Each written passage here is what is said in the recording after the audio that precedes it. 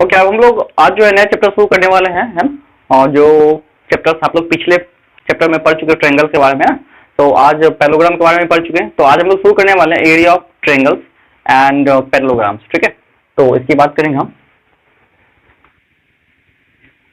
Area of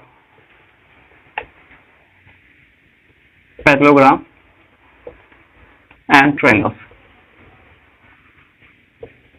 तो इनके basis पे कुछ हम पहले थ्योरम जान लेते हैं क्या क्या होता है। ठीक है, उसके बाद हम लोग आंसर, इसके बाद क्वेश्चन सॉल्व करेंगे। ठीक है, तो इसके बेसिस पे कुछ थ्योरम है जिसको समझना बहुत जरूरी है। ठीक है, तो देखिए सबसे पहले क्या क्या यूनियन इंटरसेक्शन क्या होता है। ठीक है, ए यूनियन बी का मतलब क्या होता है। ठीक है, तो देखिए मेरे पास कुछ क्वांटिटी है 1 2 3 4 5, ए का कोई सेट है ना, मतलब ए में कोई इतना एलिमेंट है मान लीजिए। ठीक है, इसको डिटेल में पढ़ने के लिए आपको रिलेवेंट है ना, तो बस ऐसा समझिए भी ए में इतना सेट है, बी में कुछ सेट है, बी में है आपको 3 4 5 6 7 ऐसा कुछ है ना। तो ए यूनियन बी की हम बात करेंगे, ए और बी, ए यूनियन बी का मतलब होता है क्वांटिटी ए और बी दोनों का सम होता है। ठीक है, ऐसा मतलब मान लीजिए, तो ये आपको मिलेगा ए यूनियन बी, इसको यूनियन करते हैं यूनियन। ठीक है, यूनियन मतलब दोनों में हो, ए में भी होना चाहिए और बी में होना चाहिए। ठीक है, देखिए तो क्या होगा 1 2 3 4 5 6 7, इनमें दो चीज रिपीट हो रहा है। देखिए रिपीट वाला चीज को हम नहीं लेंगे, रिपीट वाला चीज मतलब 1 2 3 है ना, और यहाँ पे देखिए 3 4 5 रिपीट हो रहा है ना, 3 4 5 रिपीट हो रहा है। तो 3 4 5 को हम एक ही बार काउंट करेंगे ना, ऐसा नहीं कि 3 4 5 रिपीट हो रहा है इसको दो बार लिखनी है, सिर्फ एक बार लिखनी है। ठीक है, ऐसा कहने का मतलब क्या हुआ कि देखिए मान लीजिए मेरे पास दो फिगर है, ये फिगर ए है, इसमें कुछ फिगर बी है ना, ऐसा बना हुआ है, इनमें कुछ एरिया है। ठीक है, ये एरिया A1 है, ये A2 है।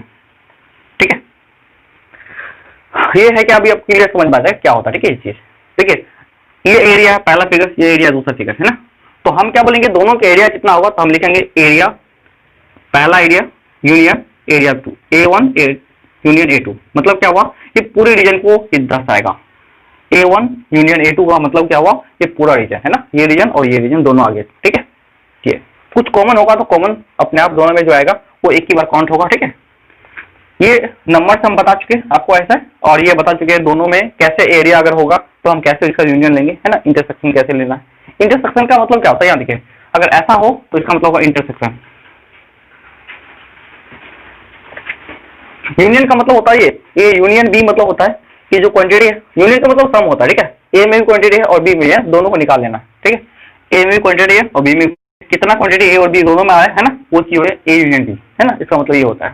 ठीक है, और इंटरसेक्शन का मतलब होता है कि ए और बी में कितना पार्ट कॉमन है ना, ए इंटरसेक्शन अगर बी है तो इसका मतलब हुआ, ठीक है, कि दोनों में कितना पार्ट कॉमन आ रहा है। इसका मतलब क्या हुआ, इसमें आपको आने वाला है 3 4 5 3 4 5, है ना, ये पार्ट दोनों में कॉमन आएगा ए और बी में, है ना।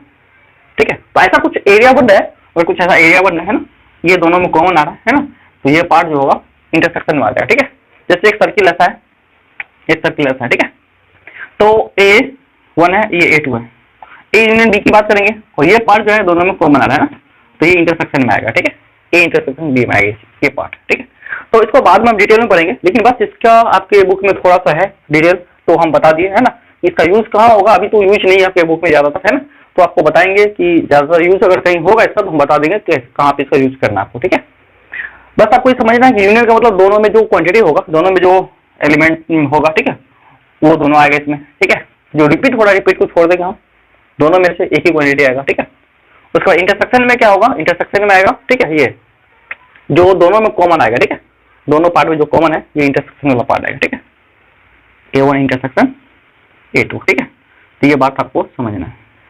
अब इसके बेसिस पे कुछ थ्योरम को जानना है, थ्योरम क्या है, उसके बाद हम आगे बढ़ेंगे इसमें। ठीक है, तो इसको हटाते हैं और चलते हम और अपना सिलेबस के अनुसार। ठीक है, क्या चीज है,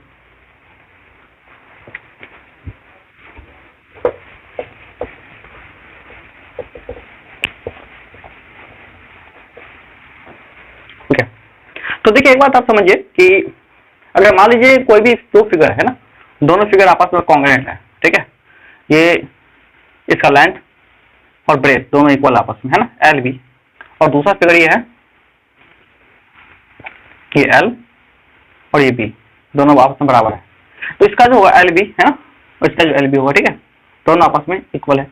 तो एरिया इक्वल, दोनों का एरिया मतलब इक्वल होगा। इक्वल होने का मतलब क्या हुआ, ठीक है, कि एरिया ऑफ, मान लीजिए इसका A1 एरिया है ना, इसका एरिया A2 है, तो A1 that's equal to A2 होगा, ठीक है। तो इन दोनों का जो एरिया होगा वो आपस में इक्वल होगा, ठीक है। ये आपस में आप ध्यान रखिए कि दो फिगर अगर कॉन्ग्रुएंट है ना, दोनों का एरिया इक्वल होगा, ठीक है। If two figures are equal then their area are equal. अगर दो फिगर इक्वल है तो दोनों का एरिया इक्वल होगा, ये बात आप ध्यान में रखेंगे, ठीक है। आई थिंक ये बात आपको समझ में आया होगा, ओके। फिर आगे चलते हैं, कुछ और बात देखते हैं। तो इसके बेसिस पर हम पहला थ्योरम को देखेंगे, ठीक है। पहला थ्योरम कहता है कि parallelogram on the same base between the same parallel lines are equal in area. मतलब क्या हुआ कि देखिए आपको क्वेश्चन लगी जगह है ना बगल में, ठीक है। जब आप लोग वीडियो देखिएगा तो यहाँ पे बगल में क्वेश्चन रहेगा, ठीक है, वो हम लगा देंगे आपको, ठीक है। तो क्योंकि क्वेश्चन हम लिख नहीं रहे, लिखना बहुत टाइम कंज्यूमिंग हो जाएगा, ठीक है। तो आप समझ लीजिए डायरेक्ट, ठीक है, क्या है कि अगर मेरे पास ये या फिर लिख दे क्वेश्चन क्या, ठीक है, चलिए लिख देते हैं, ठीक है।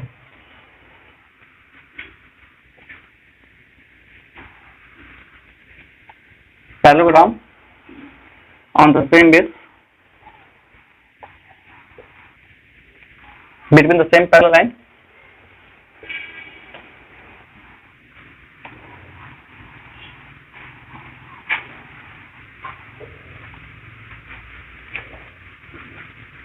are equal in area, ठीक है। तो ये बात आपको ध्यान रखनी है, ये थ्योरम फर्स्ट है ना, थ्योरम फर्स्ट है, इसको आप ध्यान में रखना है, ठीक है आपको।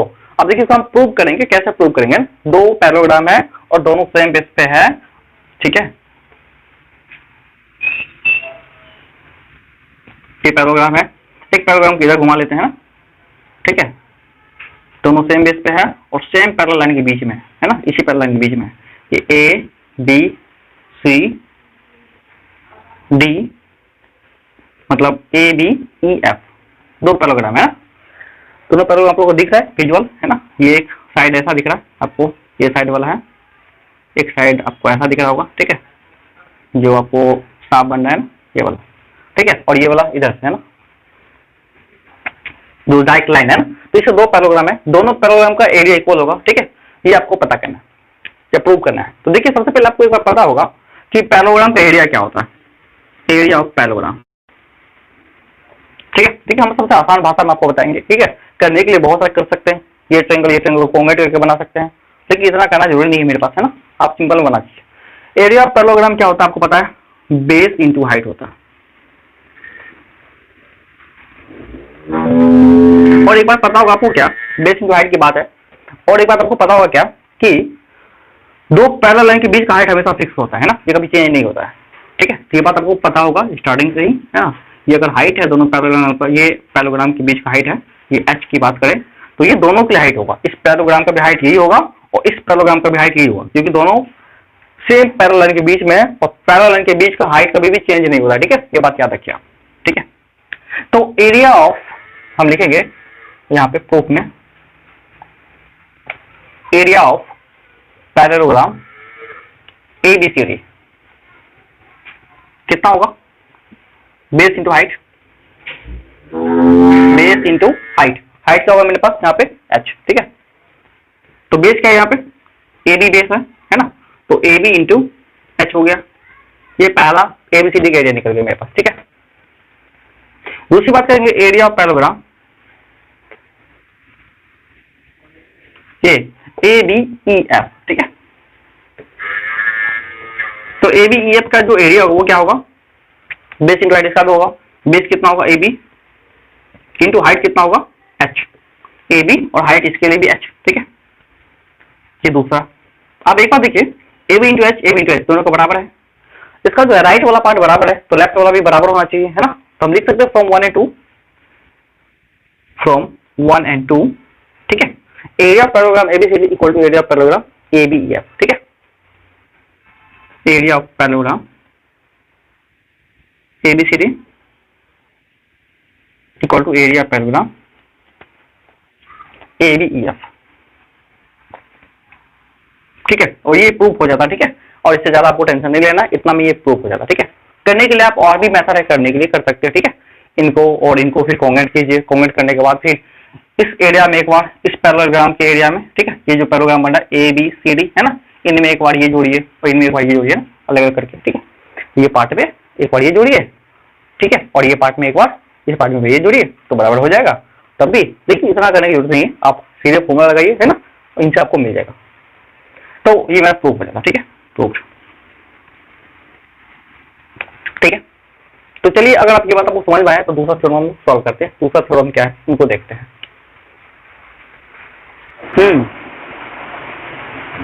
जोड़े नहीं है, ये दोनों बराबर था तो ये दोनों ही बराबर हो गया, बस इतना कर दिया। इधर वाला राइट वाला बराबर था, ठीक है, तो लेफ्ट वाला को बराबर कर दिए, है ना, इससे बराबर हो गया दोनों, हाँ बराबर कर दिया। बस फालतू काम होता है, 2-3 थ्योरम एक साथ दे देता, ठीक है। तो देखो इसमें हम दूसरा थ्योरम बता रहे हैं ना, ठीक है, क्या ये कि diagonal of a parallelogram divide into it into 2 equal area, ठीक है। तो जो डायगोनल होगा किसी भी पैरेललोग्राम का, ठीक है, सेकेंड थ्योरम की बात करेंगे, ठीक है, ये 2 इक्वल एरिया में बांटता है। देखिए मेरे पास एक पैरेललोग्राम है, ठीक है, इनका डायगोनल की हम बात करेंगे, ये डायगोनल है ABCD।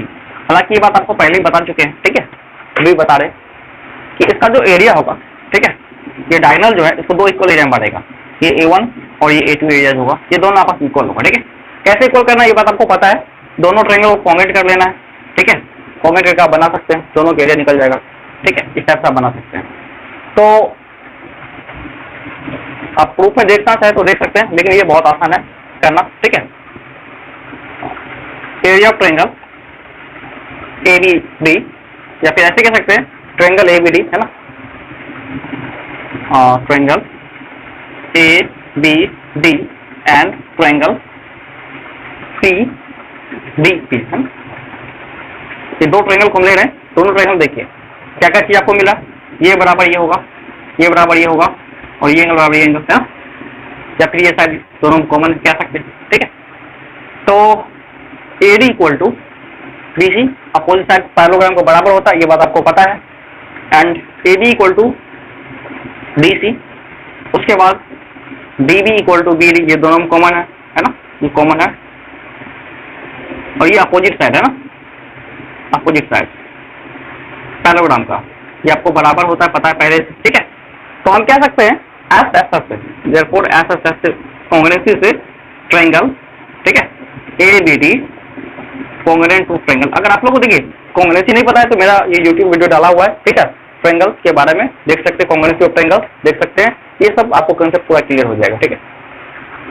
ट्रायंगल ABCD और ट्रायंगल CDB कॉन्ग्रुएंट हो गया। अब अगर ये कॉन्ग्रुएंट हो गया कह सकते हैं हम क्या पता है, 2 अगर फिगर कॉन्ग्रुएंट है तो दोनों का एरिया इक्वल होता है, तो कह सकते हैं therefore area of triangle ADB equal to area of triangle, ठीक है, CBD, है ना, ये दोनों का एरिया आपस में बराबर होगा, ठीक है, इसका एरिया और इसका एरिया आपस में बराबर होगा। तो इसलिए क्या है कि डायगोनल जो होगा किसी भी पैरेललोग्राम का, ठीक है, उसको 2 इक्वल एरिया में बांटता है, ये बात आप ध्यान में रखेंगे, ठीक है। फिर चलते हैं हम लोग नेक्स्ट थ्योरम में, क्या, ठीक है, उसको देखते हैं। आगे का थ्योरम देखिए, ठीक है, कि ट्रायंगल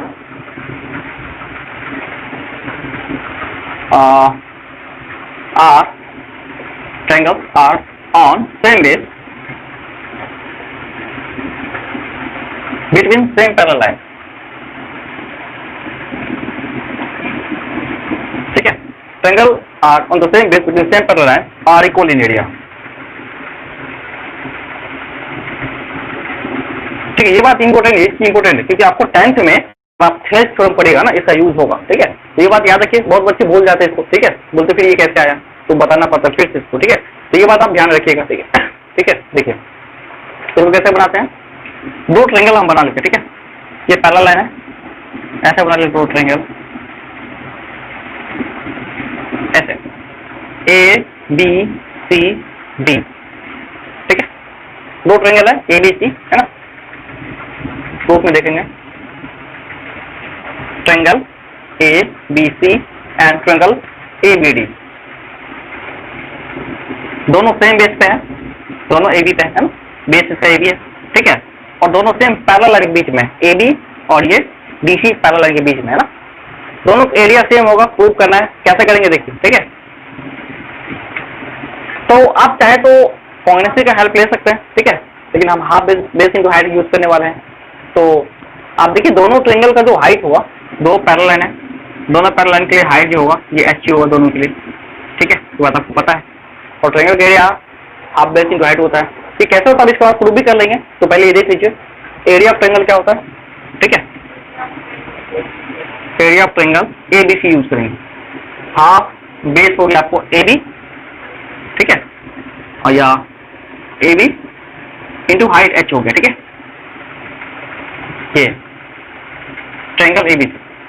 और एरिया ऑफ ट्रायंगल हम बात करेंगे ए बी डी की, है ना। तो ए बी डी का एरिया जो होगा वो होगा हाफ, बेस हो गया ए बी और हाइट हो गया आपको यहाँ पे, इसका हाइट हो गया एच, क्योंकि दोनों पैरेलल के बीच का हाइट हमेशा फिक्स रहेगा, इसका चेंज नहीं होगा, ठीक है। तो आप देखेंगे क्या यहाँ पे दोनों का RHS बराबर है, दोनों बराबर है, ये बराबर होगा ना। तो देयरफॉर कह सकते हम क्या, area of triangle A B C equal to area of triangle A B D.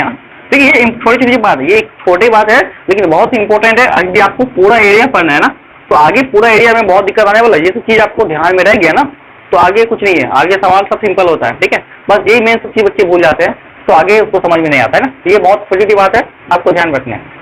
तो एरिया होगा दो ट्रायंगल अगर सेम बेस पे है और सेम पैरेलल लाइन के बीच में है, दोनों का एरिया सेम होगा, चाहे ट्रायंगल कैसा ही बना हो, है ना, तो उससे आपको कोई फर्क नहीं पड़ता। लेकिन आपको देखना है क्या सेम बेस पे है, क्या सेम पैरेलल लाइन के बीच में है दोनों ट्रायंगल, तो एरिया दोनों के इक्वल हो जाएगा, बात खत्म, ठीक है। ये बात आपको ध्यान रखना है, ठीक है। अब ये कैसे होगा इसको हम बाद में डिस्कस करेंगे, ये हाफ बेस की हाइट कैसे आता है एरिया ऑफ ट्रायंगल, ठीक है।